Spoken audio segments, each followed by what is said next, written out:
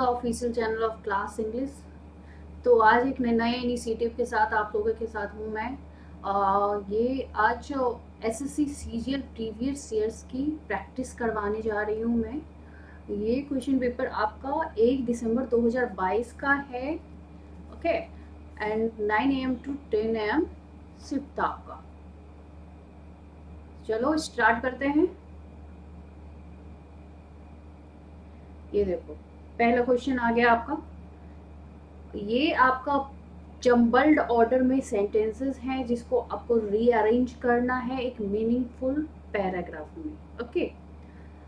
तो इसको करने का तरीका तो पता ही है आपको, मैं डिस्कस कर चुकी हूँ, पर फिर से बता रही हूँ कि ऐसा जब भी जम्बल्ड ऑर्डर वाले सेंटेंसेस देखो तो एक बार आप पूरी तरह शुरू से लेके लास्ट तक उसको पढ़ जाओ, ताकि आपको पता चल जाए कि ये कहना क्या चाह रहा है, ये मैटर है क्या, किस बारे में बात हो रही है, ओके।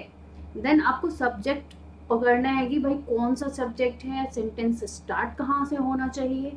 तो ये जब सीख जाओगे ना तो जम्बल्ड और ये ऑर्डर वाले जो सेंटेंसेस हैं यूँ कर जाओगे आप, फिर कोई प्रॉब्लम नहीं होनी है आपको। तो चलो स्टार्ट करते हैं।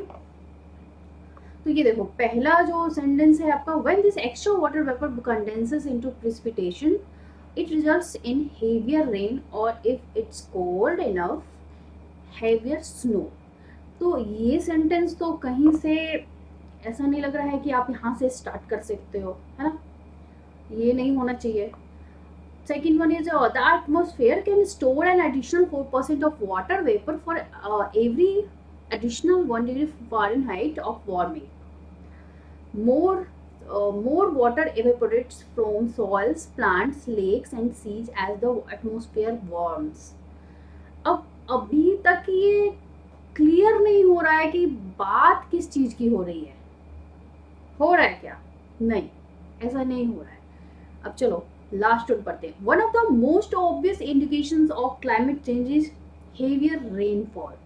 तो अब आप यहाँ पे देखना, ये जो आपका क्लाइमेट चेंज है, अब आपको पता चल रहा है कि ये बात जो हो रही है ये क्लाइमेट चेंज के बारे में बात हो रही है। ये आपको लग रहा है ऐसा कि ये बात जो हो रही है अभी आपका क्लाइमेट चेंज के बारे में बात कर रहे हैं, ये सब्जेक्ट है, ओके। तो अभी तक तो ये सारे बता रहे हैं जो क्लाइमेट चेंज के कारण होता है उसके बारे में, पर इस सेंटेंस में है ये क्लाइमेट चेंज के बारे में बात हो रही है। तो ऑब्वियस सी बात है कि आपको यहाँ पे इस सेंटेंस को पहले पिक करना है। डी हो गया। देखो आगे तो आपको वो पढ़ने की ज़रूरत ही नहीं है, क्योंकि आपके सेंटेंस में जो 4 ऑप्शन दिए गए हैं उसमें डी से स्टार्ट होने वाला बस एक ही ऑप्शन है, आपको करने की कोई ज़रूरत नहीं है आगे। लेकिन कई बार हो सकता है कि ऐसा ना दे। वैसे एसएससी तो नॉर्मली मतलब छोटे पैराग्राफ ही देते हैं जो जम्बल्ड ऑर्डर में होते हैं। अगर ना हो तो उसके लिए फिर आपको थोड़ा आगे बढ़ना पड़ेगा कि क्या आगे और क्या हो सकता है। तो जैसे कि देखा आपने, ये सेंटेंस पहले नंबर पे आया, one of the most obvious indications of climate change is heavier rainfall. अब रेनफॉल के बारे में बात हो रही है, ओके, तो उससे लिंक्ड सेंटेंस आपको ढूंढना पड़ेगा, ओके। तो इससे लिंक्ड आपका देखो ये वाला sorry, more water evaporates from soils, plants, lakes and seas at the atmosphere warms। एक तो इसमें है वाटर के बारे में जो भी बात हो रही है। एक आपका पहला सेंटेंस देखना, when this extra water vapor condenses into precipitation it results in heavier rain or if it's cold enough heavier snow। तो देखो इसमें तो ऐसा नहीं लग रहा कि अब डायरेक्ट क्लाइमेट चेंज की बात हुई है, हेवियर रेनफॉल की बात हुई है, तो वो हेवियर रेनफॉल होता क्यों है, कैसे, तो पहले तो उसकी जानकारी आपको देनी पड़ेगी ना। तो वो लिंक्ड होता है बिल्कुल। अगर थोड़ा दिमाग लगा के करोगे ना कि ये हुआ इसके बाद क्या होना चाहिए, आराम से कर लोगे आप, ओके। तो more water evaporates from soils, plants, lakes and seas as the atmosphere warms. अब वाटर इवेपोरेट्स हो रहे हैं तो वो हेवियर रेनफॉल हुआ ना। तो सी नंबर आपका इसके बाद आना चाहिए, ठीक है, सी। और उसके बाद आप देखो कि the atmosphere can store an additional 4% of water, इसकी बात यहाँ पे हो रही है जब, और आपका ये एडिशनल ये जो एडिशनल 4% है उसकी जानकारी आपका जो है सेंटेंस 1 में है। देखो व्हेन दिस एक्स्ट्रा वाटर, तो किसकी बात हो रही है, जो बी में आपका यूज हुआ है एडिशनल 4% ऑफ वाटर, उसका यूज हो रहा है आपका सेंटेंस 1 में। तो पहले तो बी आएगा ना, फिर एडिशनल जो 4% वाटर है उसकी बातें जो व्हेन दिस एक्स्ट्रा वाटर ए में हो रही है, तो ऑब्वियस सी बात है उसके बाद ए आएगा।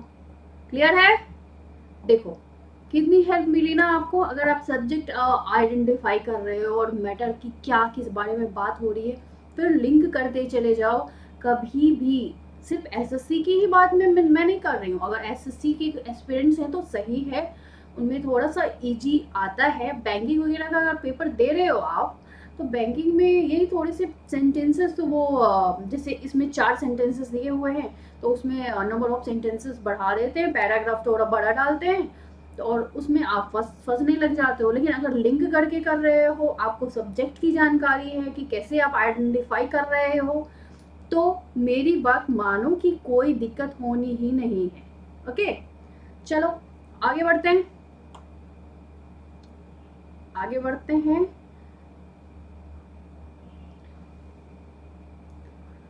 Select the correct indirect form of the given sentence. She said, I'm in no mood to work now.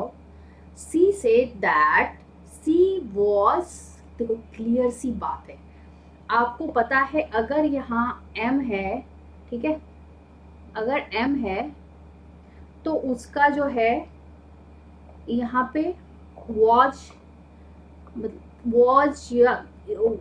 होना है। जैसे she was in no mood to work now है ना, she was in no mood to work then, तो आपका जो है ये वर्क नाउ में नहीं रहेगा। नाउ का आप जब भी कभी ये बनाते हो तो देन हो जाता है, नाउ का देन हो जाता है, ये मैं नरेशन में बताऊंगी आपको।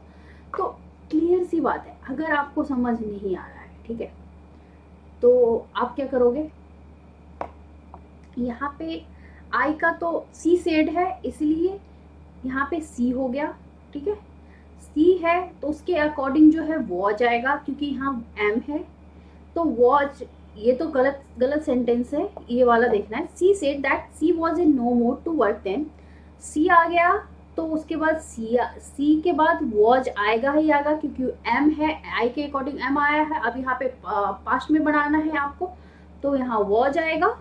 और इतना क्लियर अगर आपका हो गया है, देखो पहला सेंटेंस तो देखते के साथ छाटोगे आप, क्योंकि उसमें तो कहीं से कोई गुंजाइश नहीं, क्योंकि यहाँ हैज बीन नहीं आएगा, क्योंकि वहाँ सेंटेंस में जो है आपका एम है, हैज बीन नहीं आएगा, पहला ऐसे इनकरेक्ट हो गया। अब नाउ का सेंटेंस में भी क्वेश्चन में जो दे रखा है नाउ ही है, यहाँ भी नाउ ही है।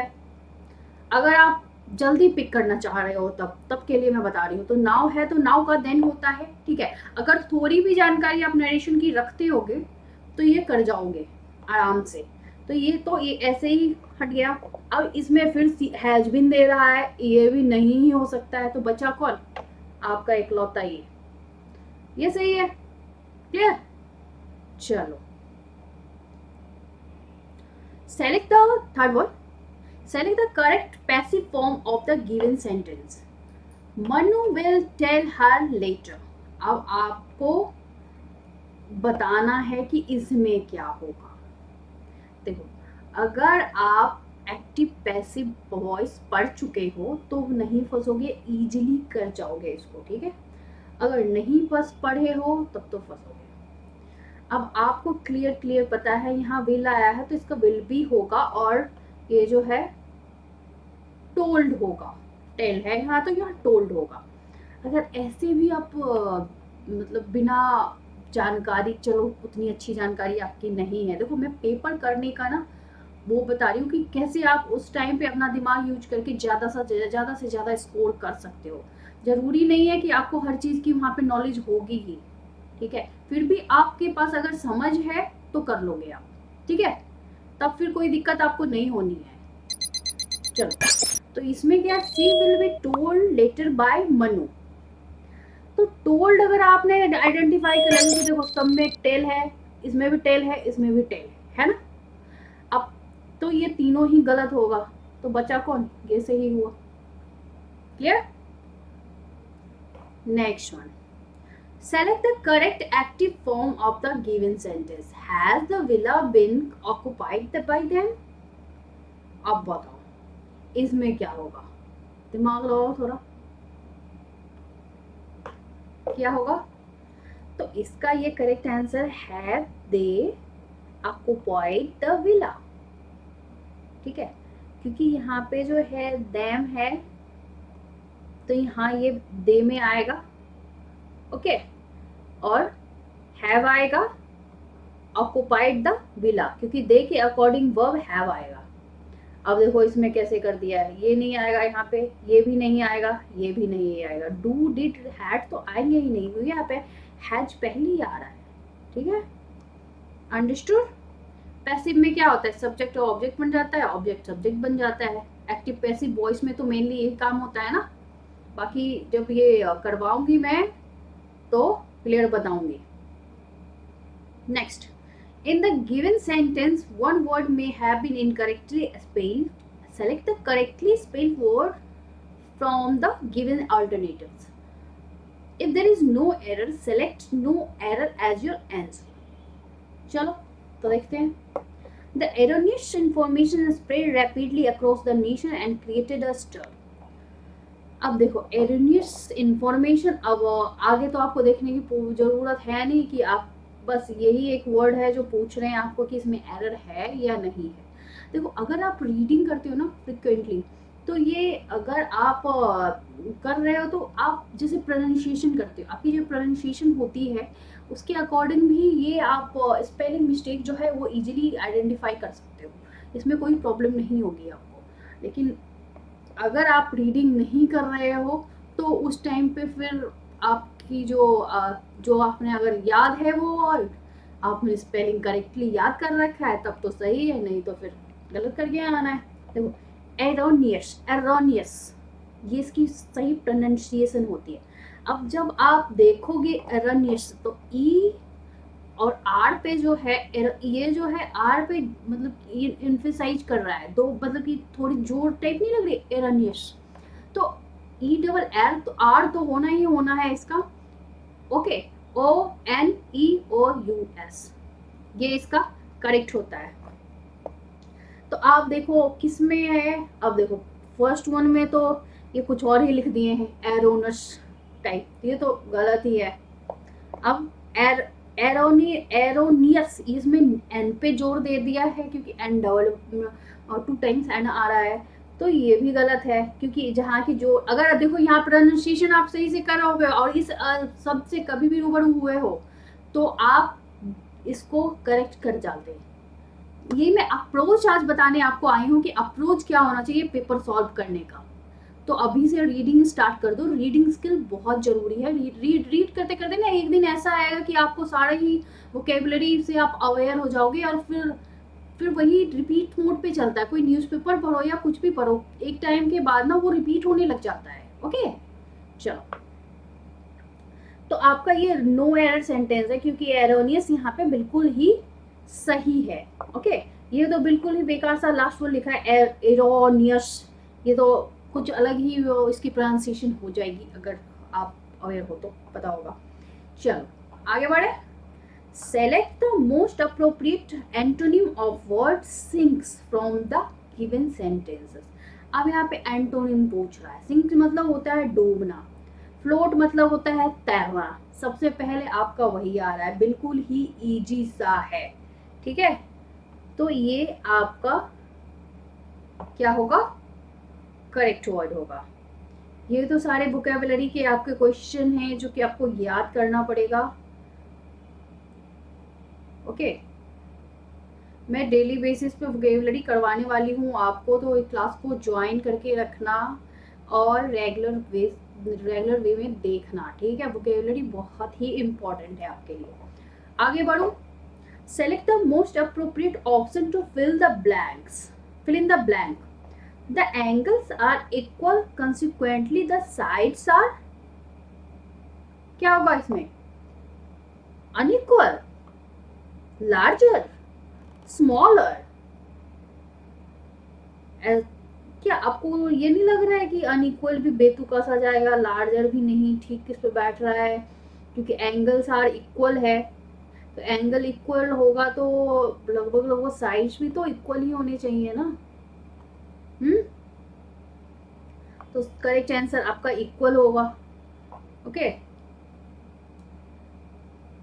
Next, like a cake walk. अब केक पे चल के दिखाओ। स्मूथ होता है ना, लेकिन केक पे अब चलना इसका लिटरल मीनिंग नहीं है कि केक पे चलना, लेकिन आप जब भी किसी पथरीले, देखो कुछ आपके ऐसे पूछे जाएंगे ना जो थोड़ा माइंड आप लगा के बना सकते हो उसको। जैसे कि कोई किसी पथरीले रास्ते पे आप चलते हो तो वो क्या होता है? हार्ड होता है। हाँ, हार्ड होता है। और केक पे चलो, केक केक काफी सॉफ्ट होता है, क्रीमी होता है। अगर थोड़ा सा दिमाग लगा लियो, वैसे हर एक में ऐसा दिमाग नहीं लगा सकते हो आप, वहां पे कंप्लीट ही अलग मीनिंग वो डिडक्ट करता है। जैसे कि आपका एक ये नेस्ट एग करके अभी यूज हुआ था हिंदू में, नेस्ट एग। अगर आप नेस्ट एग का सही मीनिंग नहीं पहचान पा रहे हो तो यही आपके दिमाग में आएगा ना, नेस्ट, सॉरी, नेस्ट मतलब घोंसला, एग मतलब अंडा, बस घोंसला का अंडा या कुछ भी समझ लोगे, है ना। तो ये ऐसे ईडियम्स जब भी आपके आते हैं ना, तो वो थोड़ा ध्यान में रखता है। ये सब आपकी जब नॉर्मल रीडिंग होगी तो उससे क्लियर हो जाएगा, वो कोई इशू नहीं है। तो नेस्ट एग जो है आपका, वो होते हैं बुरे दिन के लिए जो आप पैसे बचाते हो ना, कभी सेविंग जो होती है आपकी, वही होता है ये nest egg. Okay, got it. तो कुछ लेकिन ऐसे होते हैं इडियम्स जिसमें आप मीनिंग आइडेंटिफाई कर सकते हो अगर थोड़ी दिमाग चलाओ। जैसे इसमें है ई, तो इसका क्या है? Like a cake walk, easy task, easy task. अब स्मूथ सरफेस भी दिया हुआ है, लेकिन स्मूथ सरफेस ऐसा नहीं है कि बिल्कुल ही केक को देख के और आइडेंटिफाई कर लिए कि केक स्मूथ है, वॉक हो रहा है, सरफेस है, ऐसा नहीं। प्रेजेंट एक्सपीरियंस, एक्टिव नहीं। तो इसका है सही इजी टास्क। इसके कुछ कुछ लिस्ट हैं जो फ्रिक्वेंटली आपके क्वेश्चन में आते हैं, तो वो मैं शेयर कर दूंगी आपके साथ, ठीक है। चलो आगे बढ़ते हैं। After finishing high school, okay, I plan to pursuing law. अब इसमें जो आपका है ये अंडरलाइन सेगमेंट, इसमें अंडरलाइन जो सेगमेंट है, ओके, इसमें आपको बताना है कि एरर है, एरर फ्री है, क्या है। तो अगर मैंने जो ग्रामर पढ़ाया है आपको उससे अवेयर हो गए, अगर और ध्यान से आपने मेरी क्लास की है, तो ये क्वेश्चन आप सही से करके आते हैं। ओके, देखो जैसे कि आप यहाँ क्या देख रहे हो, क्या है? टू, टू है ना। पहली बात, जब भी कभी प्रीपोजिशन आता है तो वो अपने बाद अपना ऑब्जेक्ट लेता है। मैं कई बार बता चुकी हूँ, जब भी प्रीपोजिशन आएगा, ठीक है, प्रीपोजिशन आपका आता है सेंटेंस में, अपने बाद अपना ऑब्जेक्ट लेगा ही लेगा। और ऑब्जेक्ट कौन बनता है? नाउन या प्रोनाउन, ठीक है। तो आप अब यहाँ पे ये परसुइंग तो क्या हो जाएगा बताओ? परसुइंग तो कहीं से नहीं आएगा, यहाँ परसुइंग की कोई जरूरत नहीं है। तो यहाँ पे ये नाउन का फॉर्म ढूंढेगा। तो नाउन का form, after finishing high school I plan what, I plan what, तो I plan to pursue law. Okay, यहाँ पे परस्यू आएगा, टू है और इसके बाद जो है ये वर्ब का फर्स्ट फॉर्म यहाँ पे आना चाहिए। Got it? क्योंकि यहाँ पे नाउन की जरूरत है, ना कि वर्ब की जरूरत है टू के बाद। समझ रहे हो ना आप? देखो 2 + V1 आपका इन्फिनिटिव होता है और जो कि नाउन इक्विवेलेंट होता है। एक मैंने आपको जीरंड भी बताया है। जीरंड जो आपका होता है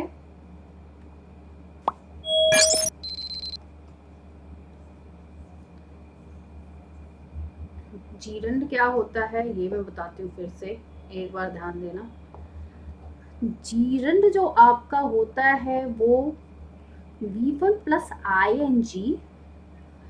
आप कंफ्यूज होते हो कि वर्ब का फर्स्ट फॉर्म प्लस ing, तो वर्ब ही होता है। नॉर्मली आप जब ऐसे सेंटेंसेस देखते हो, swimming is the best exercise.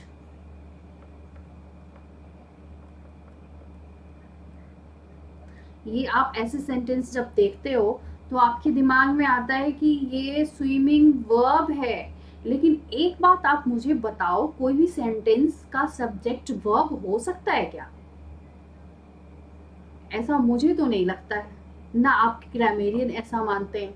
किसी भी सब्जेक्ट सेंटेंस का सब्जेक्ट आपका नाउन होता है और प्रोनाउन होता है, और नाउन इक्विवेलेंट होता है, जो कि नाउन इक्विवेलेंट आपका जीरंड एंड इन्फिनिटिव कहलाता है। ओके, तो यहाँ जो है swimming is the best exercise, इसमें आपका स्विमिंग जीरंड है क्योंकि ये V1 + ing का रूप पकड़ के रखा है। तो एक तरह से आप कह सकते हो कि जीरंड जो है वो नाउन का भाई है, नाउन ना सही तो उसका भाई आया है। क्लियर है? तो यहाँ पे ये वर्ब नहीं है, ये नाउन का काम कर रहा है आपका। क्लियर? तो वैसे ही यहाँ पे after finishing high school I plan to pursue law. Pursue यहाँ पे आना चाहिए, ना कि परस्यूइंग, क्योंकि परस्यूइंग जो है आपका वर्ब है, परस्यू लॉ लिखोगे तो नाउन है। ठीक है? तो T2 + V1 का स्ट्रक्चर यहाँ पे आना चाहिए, तो प्लान टू परस्यू लॉ होगा। तो ग्रामर अगर सही से पढ़ते हो ना आप, तो फिर आपका एरर होने की जरूरत नहीं है। ये सब कोई रटने की चीजें नहीं है। अगर ग्रामर की कॉन्सेप्ट क्लियर है तो ये आपका खुद ब खुद क्लियर हो जाएगा। Okay, next one, select the most appropriate synonym of the given word. Confusion synonyms पूछ रहे हैं। ठीक है, इंट्रेपिडिटी, स्टिग्नेशन, परयूजन। तो यहाँ पे जो मोस्ट रिलेटेड है ये आपका है, क्या है? कॉमोशन। ठीक है, कॉमोशन ये सही है। इसके लिए देखो आपको वोकैबुलरी याद करनी पड़ेगी, तभी होगा। ठीक है, चलो, our guests arrived, they are sitting in the garden. अब इसमें जो है select the most appropriate option to substitute the underline segment in the given sentences. तो our guest arrived, they are sitting in the garden, इसमें क्या होना चाहिए? देखो यहाँ पे आर आ रहा है, तो यहाँ पे ये कैसे आ सकता है अराइव्ड? बताओ। यहाँ पे मोस्ट अप्रोप्रिएट जो होगा आपका आवर गेस्ट हैव अराइव्ड के मोस्ट अप्रोप्रिएट आंसर होना चाहिए, क्योंकि यहाँ पे जो है आपका प्रेजेंट में बात हो रहा है। ठीक है, हैव अराइव्ड, तो इसीलिए यहाँ पे प्रेजेंट परफेक्ट में ही सेंटेंसेस होनी ज़्यादा करेक्ट है। ठीक है, अब दे आर अराइविंग, भाई आ ही रहे हैं तो फिर वो गार्डन में कैसे बैठे हुए हैं? ठीक है, they are sitting in the garden, ये बेतुका है। दे माइट अराइव, ये भी बेतुका है। सेल अराइव, ये तो बेहद ही बेतुका है। तो एक आपका बचता है दे हैव अराइव्ड। देखो क्वेश्चन पेपर का ना मतलब उतना हार्ड नहीं आया आपका। अगर अच्छे से आपने पढ़ा है ग्रामर और वोकेबलरी तो इसमें 100% स्कोर कर सकते थे आप। कोई नहीं, जिनका हुआ है बहुत अच्छा है, जिनका नहीं हुआ है तो वो रेगुलर मिलके हम करेंगे, फिर पॉसिबल होगा आपका अगले एग्जाम में 100% स्कोर होने वाला है। ओके, चलो आगे। The following sentence has been split into 4 segments. Identify the segment that contains a grammatical error. During an earthquake, it is advised to take cover above a table to save your life. To cover above a table, कैसा लग रहा है आपको ये sentence? above table के ऊपर? Earthquake में क्या कहा जाता है आपको? टेबल के नीचे बैठने के लिए। तो यहाँ पे अंडर टेबल होना चाहिए ना। और दूसरी बात, अच्छा एक बात मुझे बताओ आप कि अगर ये एरर ना करके आपका यहाँ पे जो है ये एडवाइस्ड की जगह ये लिख देता CED की जगह, तो क्या सेंटेंस करेक्ट होता? देखो फ्लो में आप पढ़ जाते हो कि क्या है ये एडवाइस्ड मतलब पढ़ के निकल जाते हो, उस पर ध्यान देते नहीं हो। ये भी आपका एरर वाला पार्ट है। कई बार आपके एरर आ जाते हैं इससे, तो आपको वो ध्यान रखना है। मैंने नाउन में आपको बताया था कि कुछ जो नाउन है वो एक तरह के उनका प्रोनाउंसिएशन एक होता है पर स्पेलिंग में माइनर सा अंतर होता है। तो वो जैसे वर्ब है, नाउन है। तो एक तो ये एडवाइस होता है आपका, एक आपका होता है cell,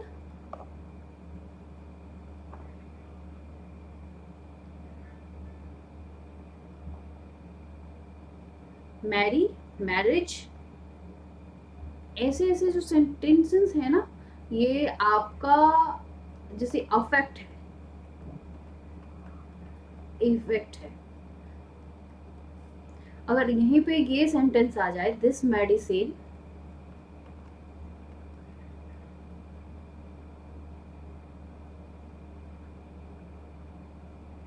one sec,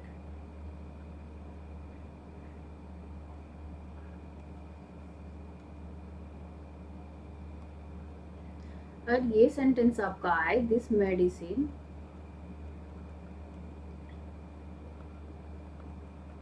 will not affect or effect, क्या दोगे ब्लैंक में इसके? देखो एक एक कॉन्सेप्ट क्लियर रहना चाहिए। एग्जामिनर क्या कब पूछेगा ना कोई पता नहीं है, लेकिन आपका अगर कॉन्सेप्ट क्लियर है तो फिर आप फ्री होके जाओ कि भाई जो पेपर आएगा करना ही है। ठीक है, तो बताओ इसमें क्या होगा। अब एक बात देखो, विल क्या है? Model auxiliary. ओके, तो ऑक्सिलरी वर्ब हमेशा अपने साथ मेन वर्ब लेगा। देखो ऑक्सिलरी का काम होता है मूड बताना। अगर विल आ रहा है, सेल आ रहा है, या इज आ रहा है, एम आ रहा है, वॉच वर आ रहा है, तो ये सब आपका ये बताता है कि सेंटेंस का मूड क्या है, प्रेजेंट में है, पास्ट में है, फ्यूचर में है। लेकिन काम क्या हो रहा है वो तो मेन वर्ब भी आके बताएगा ना। अब विल आया यहाँ पे, जब विल आ रहा है तो यहाँ पे इसके हिसाब से तो अफेक्ट आएगा ना, विल नॉट अफेक्ट यू। बताओ, इफेक्ट तो नहीं आएगा ना, क्योंकि यहाँ पे ये इफेक्ट जो है नाउन है और ये ऑक्सिलरी वर्ब की डिमांड है कि भाई मुझे वर्ब दो, वर्ब दो। तो यहाँ पे अफेक्ट सही है। ओके, अगर यही इसके जगह ये सेंटेंस रहता, you can see of your doings, तो क्या होता? देखो आर्टिकल द आया है, तो आर्टिकल जो है वो जब भी आएगा नाउन से पहले आएगा, क्योंकि ये एक तरह से एडजेक्टिव का काम करता है आपका। ठीक है, अब नाउन से पहले आएगा तो नाउन कौन सा है? इफेक्ट और अफेक्ट? नाउन आपका इफेक्ट है। ठीक है, तो you can see the effect of your doings. Clear?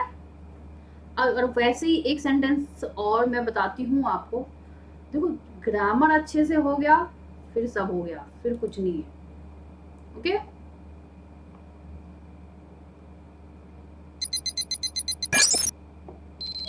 इतना हो गया आपका।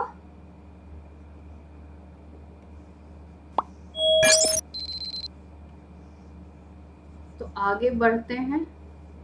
कुछ भी ऊपर से नहीं देता है, आसमान से टपक के कुछ भी नहीं आता है, ठीक है। सारे पेपर जितने भी आ रहे हैं आपके, बस स्टैंडर्ड में फर्क, किसी का थोड़ा लेवल अप हो जाता है, लेकिन कॉन्सेप्ट वही काम आता है। अगर कॉन्सेप्ट क्लियर है तो कोई भी पेपर क्लियर करोगे आप, कोई प्रॉब्लम नहीं होगी। जैसे माई वैल्यूएबल्स आर ऑन, यहाँ पे क्या होगा, यहाँ पे सेल होगा या सेल होगा, दोनों में से कौन सा होगा बताओ।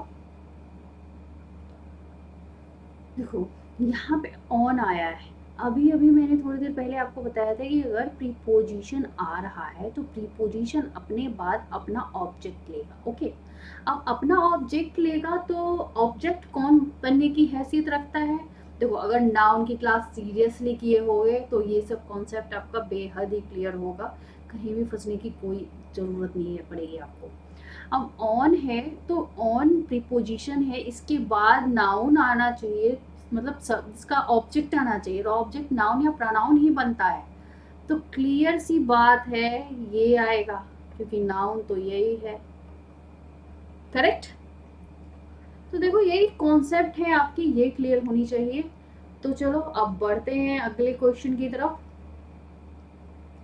एडवाइस्ड यहाँ पे गलत होगा, ये सही है। ओके, और यहाँ पे अंडर आना चाहिए, अंडर द टेबल। चलो आगे बढ़ते हैं। Select the incorrectly spelled word, यहाँ पे जो है ये नहीं होता है, इसका स्पेलिंग करेक्ट ये होता है, ठीक है, क्लियर। चलो अब select the most appropriate meaning of the given idiom.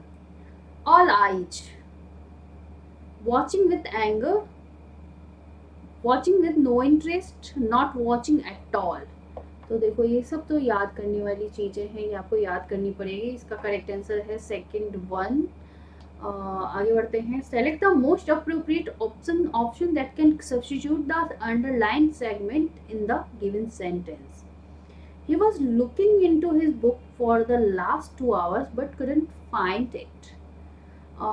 Looking into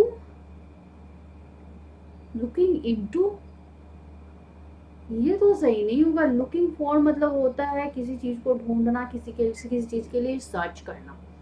तो सर्च करने के हिसाब से तो ही वॉज लुकिंग फॉर होगा ना। ओके, तो ये आपका करेक्ट है। अब नेक्स्ट आगे बढ़ते हैं। Select the most appropriate collocating word to fill in the blank. Ram was praised for his imaginary leadership। ये imaginary leadership क्या क्या होता है? इमेजिन करके कैसी लीडरशिप होती है? Magical leadership, broad leadership, visionary leadership. ये करेक्ट हो सकता है क्योंकि यहाँ पे एक सेंस ये दे रहा है, ठीक है भाई। लीडरशिप के लिए विजन होनी चाहिए ना, कि ऐसे ही कोई उठेगा लीडर बन जाएगा, ऐसा नहीं होता है ना। तो विजन की जरूरत है, तो इसलिए visionary leadership. Next, select the most appropriate word segment for the underline word in the given sentence. Pintu has been advised, देखो आ गया ना एडवाइज्ड। ये यहाँ पे हेल्पिंग वर्ब है, तो यहाँ पे एडवाइस्ड आया ना, SE वाला है, CE वाला नहीं है, क्योंकि यहाँ ये वर्ब का काम कर रहा है। ओके, तो Pintu has been advised to reduce smoking by his family doctor. तो रिड्यूस का less down, lower down, up down. तो रिड्यूस का यहाँ पे जो मीनिंग आएगा ना, वो कट डाउन मोस्ट अप्रोप्रिएट होगा। ठीक है, रिड्यूस है, कट डाउन।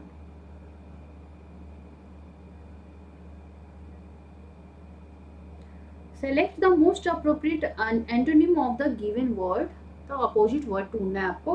रिबेलियन, रिबेलियन मतलब होता है कि वो बदला बदला से जो भरी भरी हुई भावनाएं होती हैं ना, कि रिबेल, क्रांति। हाँ, तो ये यहाँ पे इसका सही होगा विद्रोही, आप कह सकते हो रिबेलियन का। ओके, लॉयल्टी इसका करेक्ट आंसर होगा।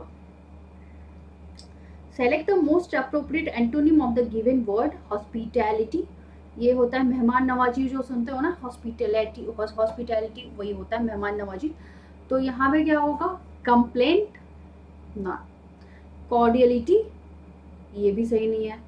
रेगफुल, रेगफुल तो होता है आपका जो बहुत दर्दनाक होता है ना, उसे क्या कहा जाता है। तो हॉस्पिटैलिटी, इसमें कहीं कोई ये मैच ही नहीं कर रहा है कोल्डनेस को छोड़ के। कोल्डनेस आपका correct answer. Okay, coldness.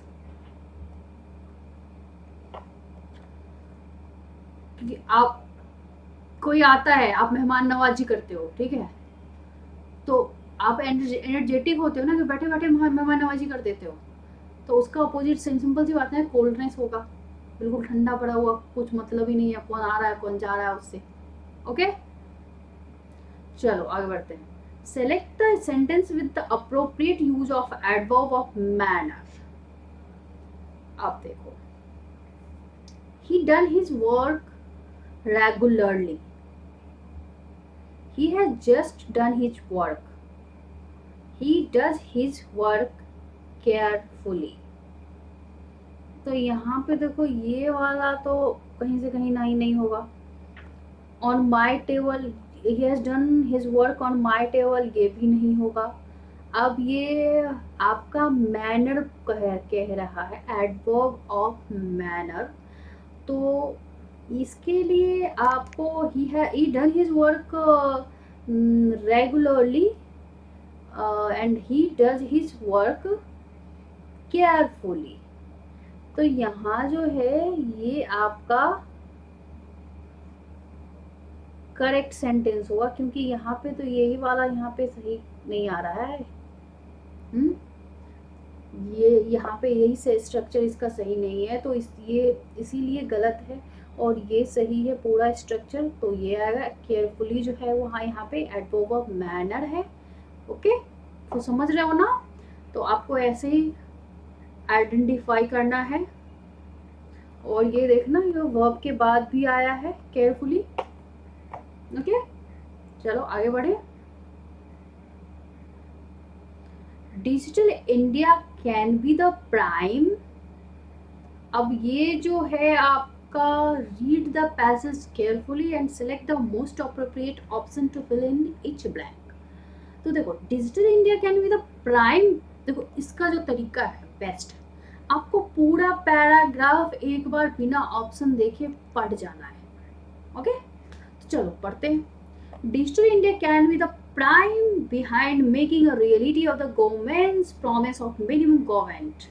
Maximum governance, such a transformation requires the technology to be firmly into government, something that the Digital India project lists as one of its foremost objectives. Embedding technology into government will do three things: transform the government and make it more transparent and efficient, transform the lives of citizens, especially those at the bottom of the pyramid, and make our economy more efficient and competitive. A 2014 McKinsey Global Institute report predicts that the large scale of technology through Digital India positions India with the biggest opportunity to react to accelerate economic growth। तो देखो, इसमें जो है पूरा पढ़ के यही समझ आ रहा है कि डिजिटल इंडिया की बात हो रही है। तो अब आप स्टार्ट करोगे ना ब्लैंक्स को फिल करना, तो बेटर कर पाओगे। कैसे, देख, digital India can be the prime might, कोई अर्थ ही नहीं बनता है इसका। प्राइम फैक्टर्स, अब फैक्टर्स क्यों एलिमिनेट कर रही हूं मैं, क्योंकि डिजिटल इंडिया जो है वो एक सब्जेक्ट है। सिर्फ डिजिटल इंडिया के बारे में बात हो रही है, कोई और किसी और चीज़ के बारे में बात नहीं है, तो फैक्टर्स कैसे हो सकते हैं? वो एक फैक्टर है, तो फैक्टर्स नहीं आ सकता, इसीलिए मैं यहाँ पे इसको एलिमिनेट कर रही हूँ। अब माइट भी नहीं आ सकता। अब digital India can be the prime impact behind making a reality of government promise. Impact, छाप छोड़ना नहीं, ये भी यहाँ पे सेंटेंस को मीनिंगफुल नहीं कर रहा है। ये फोर्स हो सकता है, digital India can be the prime force behind making a reality of the governments promise of minimum government maximum governments. एक फोर्स हो सकता है ये सच्चाई सच करने के लिए, maximum minimum government and maximum governance. तो इसीलिए सही है। देखो एलिमिनेशन मेथड सीखो, ठीक है, एलिमिनेशन मेथड सीखो, सब सही होगा। एक चीज से पेपर नहीं क्लियर होता है, आपका दिमाग, आपका वो टाइम, उस टाइम आपका कैसा वर्क कर रहा है, कैसे आप क्वेश्चन सॉल्व कर पा रहे हो, सारे फैक्टर मिलके आपको सक्सेस दिलाती है। ओके, चलो तो नेक्स्ट सॉल्व करते हैं। Such a transformation requires technology to be firmly taps into governments. हम अब देखो एक चीज और, जब ऐसा देखो कहीं भी आप, तो देखो अगली सेंटेंस में ना एम्बेडिंग टेक्नोलॉजी आ रहा है, लिखा हुआ आ रहा है ना एम्बेडिंग टेक्नोलॉजी। अब एम्बेडिंग टेक्नोलॉजी जब आ रहा है तो ऊपर भी आप देख सकते हो ना, such a transformation requires technology to be firmly embedded into government. इसीलिए मैं बोल रही थी कि आप पढ़ के देखो एक बार, क्योंकि रिपीटिशन भी जो अगर वर्ड का किसी हो रहा है, क्योंकि यहाँ पे एम्बेडिंग टेक्नोलॉजी की बात हो रही है, और इसमें यहाँ भी इससे पहले वाले सेंटेंस में जो आपका है, such a transformation requires technology to be firmly what embedded, inserted, planted और स्टक। क्लियर है एम्बेडेड, क्योंकि आगे एम्बेडेड टेक्नोलॉजी की ही फिर तो बात हो रही है। एम्बेडिंग जो है वर्ड वो आगे यूज हुआ है, समझ पा रहे हो? इसीलिए बोल रही थी कि पढ़ के देखो एक बार। तो यहाँ पे जो है आपका एम्बेडेड सही होगा। ऐसे भी देखो इंसर्टेड तो होगा नहीं, प्लांटेड भी होगा नहीं, स्टक भी नहीं होगा, क्योंकि ये सब मीनिंग नहीं दे रही है। चलो आगे बढ़े।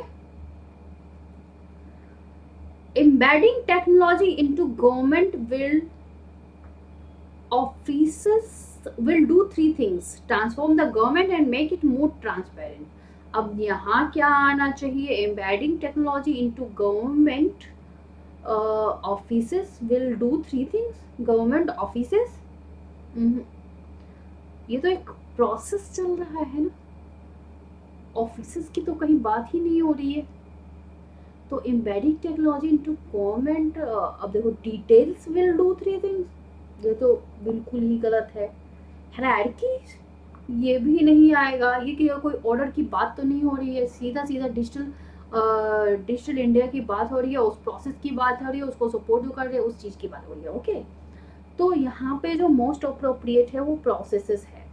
तो embedding technology into government processes, okay, will do three things: transform the government and make it more transparent and efficient, transform the lives of citizens, especially those at the bottom of the